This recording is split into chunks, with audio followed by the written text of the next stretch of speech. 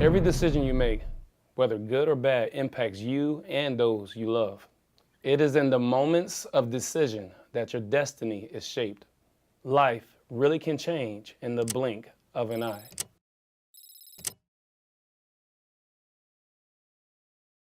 Back in high school, my senior year, was really good in football. I was probably the #1 recruit in the state of Michigan.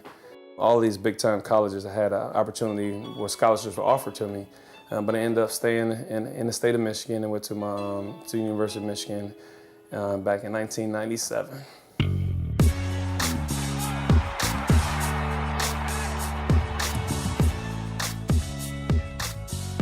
In my junior year, pretty much everything was going in the right direction. I had just earned the starting spot. It was kind of cemented that I was to be the starter that year. As juniors, they required the juniors to go live in an apartment. So in an apartment, when I got into my apartment, I only had a few things. I had a TV and a bed. And I was like, okay, I need a little bit more of this. I want to have people coming over, having a good time. And so I had a friend who was working at a store, and she said, hey, we can get you the hookup over there. I'm like, bet.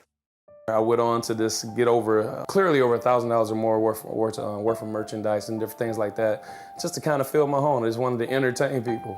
But it ended up, that was probably the worst decision that I made at the time. I didn't think about, okay, what happens if I get caught? What happens if the girl gets in trouble? I didn't think about anything of those things. I was just thinking about the now and just me wanting those things now. I found myself in big trouble, and I found myself in a felony with the law. The police were at my door. I'm on all the national media outlets, and they're talking about the decision that I had made. All the things that I wanted as far as graduating from a big-time university like Michigan, and then possibly making it to the NFL were all at jeopardy.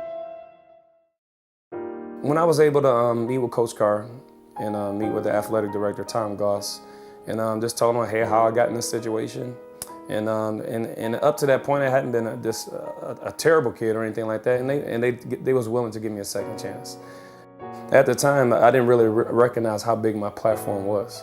I think a lot of times we do get those wake-up calls, and we simply don't understand the weight of what God is trying to bring to your attention. God clearly got my attention right there. I don't believe he wasn't the one sending me in the store that do all those different things, but he wanted to bring something to my attention. Either you can clean up your act and get back on the right path, or you can continue down this dark road and you're going to end up yourself in a world of hurt.